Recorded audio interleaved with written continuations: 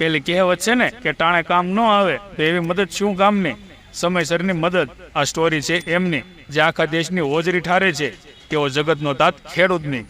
લ્યો તો સાંભળો. આકાશમાં વરસાદ તોળાઈ રહ્યો છે. કાળા ડીબા વાદળોથી આખું આકાશ ઘેરાઈ ગયું છે. પવન બિલકુલ પડી ગયો છે. ઝાડનું પાંદડું એ હલતું નથી. હમણાં કોઈ પણ ક્ષણે વરસાદ તૂટી એવું લાગી રહ્યું છે. અચાનક જ આંખોને આંજી નાખતી વીજળીનો ચમકારો થયો અને બીજી ક્ષણે કાનના પડદા ફાડી નાખે એવી મેઘગર્જના થઈ. આકાશમાંથી અમી છાંટાના રૂપે કોઈ છાંટો ખરવા લાગ્યો. ધીમે ધીમે વરસાદ વધવા લાગ્યો. અડધા કલાકમાં તો સાંભેલા દારે તૂટી પડ્યો. હાટલામાં બેસીને જોતર ગૂંથતા લક્ષ્મણ આદા ઊભા થઈ અને નેવા પાસે જઈ ચારે નજર તરફ નજર ફેરવી મનોમન બોલ્યા, એક જ ગા વાવણીનો કરાવશે કાતો. અને તેણે દીકરા ધનજીને ઉદેશી મોટા અવાજે કહ્યું, ધના બિયારણ તૈયાર છે ને? બે દીમાં સાથી જોડવું પડશે. વરસની જોતો ધમધો કર, વાવણીનું કામ ચાલુ થઈ જશે. ઘરમાંથી કોઈ સ્ત્રીનો અવાજ સંભળાતો.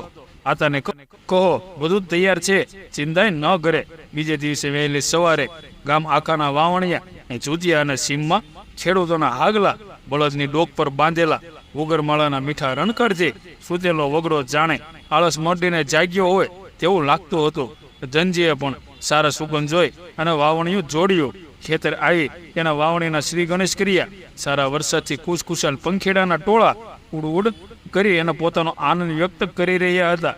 ધનજી પણ કંઈક ગાતો અને વચ્ચે વચ્ચે બળદને હાલો મારો બાપલ્યો હાલો કહી વાવણીના એક પછી એક ઉથલ વળી રહ્યો હતો. અચાનક તેની નજર શેઠે નિરાશ થઈ ને બેઠેલા પોતાના શેઠા પાડોશી મહાવીર બાપુ તરફ ગઈ અને લમણે હાથ દઈને હતાશ નજર પોતાના ખેતરને ચારે શેઠ નજર ફેરવી રહ્યા હતા અને જોઈ રહ્યા હતા. ધનજીના પગ થાંભી ગયા. બળદની રાશ હાથમાં પકડીને ઊભો રહી ગયો. તેની નજર સામે અતીતના પડી ફૂલવા લાગ્યા. ગામધણી જેવા હાકેમ મહાવીર બાપુનો એક દિવસ જમાનો હતો. એક શેઠે પાડાના કાન જેવી 100 વીઘા જમીન, 2 કોસનો અખોટ પાણી ધરાવતો કૂવો અને બળદની બબે એ જોડે આથણિયું જેવી 5-5 ભેંસો. આમ દામ ને ઠામ એ જેવી સાહેબી. પોતે દિલના સેવા ઉદાર કે જરૂરિયાત વાળો માણસ હાથ લાંબો કરે તો કદી નિરાશ ન થાય. ગામમાં કોઈ સમજો માંદું થયું હોય અને કે કોઈની બેન દીકરી વહુ આણુને પ્રસૂતિની પીડા ઉપડી હોય ત્યારે લોકો અડધી રાતે મહાવીર બાપુની ડેલી ખખડાવતા અને બાપુ ક્યારે કાળું મોઢું કર્યું ન હતું. ધનજીના આતા લક્ષ્મણ આતાને હૃદય રોગનો હુમલો આવ્યો ત્યારે અડધી રાતે બાપુએ છેક રાજકોટ સુધી જીપ દોડાવીને લક્ષ્મણ આતાને સાજા કરેલા. કે ધનજી કેમ ભૂલી શકે? સમય સમયનું કામ કરે છે. બાપુને નજીકના શહેરમાં ભાગીદારીમાં ચાલતી ઓઇલ મિલમાં ભાગીદારે દબો દીધો. મિલ તો વેચાઈ ગઈ પણ ભાગીદાર લાખો રૂપિયાનું કરજ મૂકીને ક્યાંક ભાગી ગયો. બાપુએ મિલકત વેચીને સૌને પાયે પાય સૌને ચૂકવી દીધી.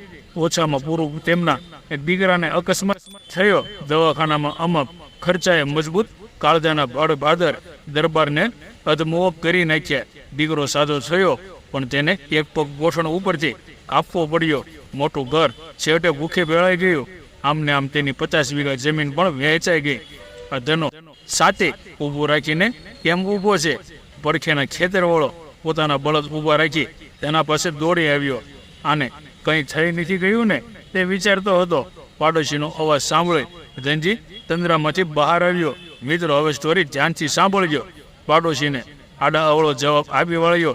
તેને જોયું તો મહાવીર બાપુ ધીમા અને નિરાશ ડગલે ઘર તરફ જઈ રહ્યા હતા.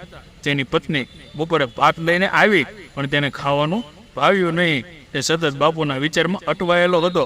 શું વાવવા માટે બિયારણ નહીં હોય? કોઈ વાવણી કરવાનો મજૂર આવવા તૈયાર નહીં હોય? થયો હોય?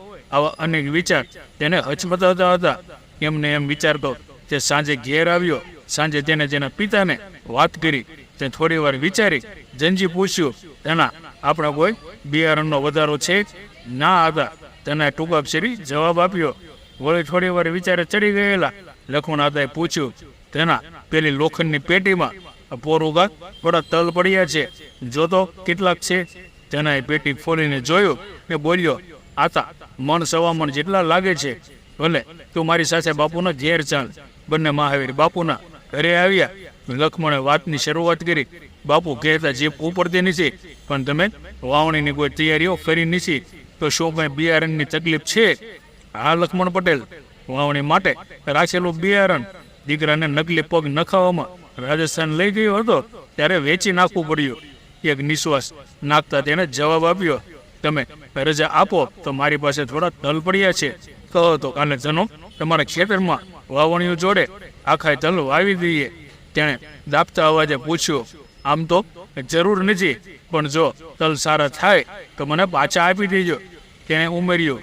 બાપુ ઊભા થઈ પટેલને ભેટી પડ્યા. એને બોલ્યા, પટેલ, તમારો ઉપકાર હું ક્યારેય નહીં ભૂલું. તમે મને સમયસરની મદદ કરી છે. ઉપકાર તો બાપુ તમારા પણ ક્યાં ઓછા છે. સમય તો સારો મેળો આવ્યા કરે અને હું તો મારી ફરજ બજાવું છું, કંઈ નવાઈ કરતો નથી. લક્ષ્મણ હતાએ બાપુની હિંમત આપી. બીજે દિવસે બાપુના ખેતરમાં વાવણીઓ જોડ્યું. 2 દિવસમાં તો તેનાએ 50 વીઘામાં તલ વાવી દીધા. બાકી રહી ગયેલી પોતાના છેટા મોસમ પાછી વાવી અને સમયસરનો વરસાદ થતો રહ્યો.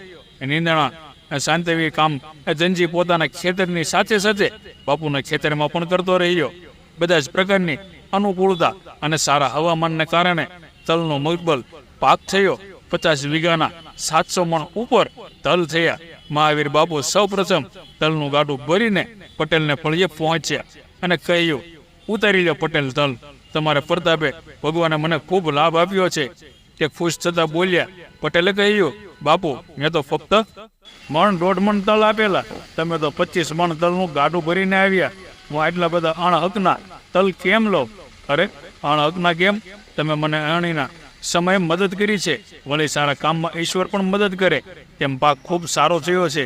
બાપુ ઉત્સાહથી બોલ્યા, સારો પાક તમારા ભાગ્યનો. હું તમારા આગ્રહને કારણે 1 મણ તલ ઉતારી લઈશ. પટેલે વધારાના તલ ન લીધા, તે જ લીધા જે તલના ભાવ પણ સારા આવ્યા. આ બાજુનું ઘર થોડું તરતું થયું. ધીમે ધીમે હવે બાપુની ગાડી પાટે ચડી ગઈ. સમયસરની મદદ આફતમાં ફસાયેલા કુટુંબને કેટલી ઉપયોગી થાય તેનું જીવતું જાગતું ઉદાહરણ સમાજને મળ્યું. અને પટેલ અને બાપુએ જીવ્યા ત્યાં સુધી પરમ મિત્ર રહ્યા. મિત્રો, કેવી લાગી સ્ટોરી કમેન્ટ કરીને જણાવજો. જય શ્રી કૃષ્ણ.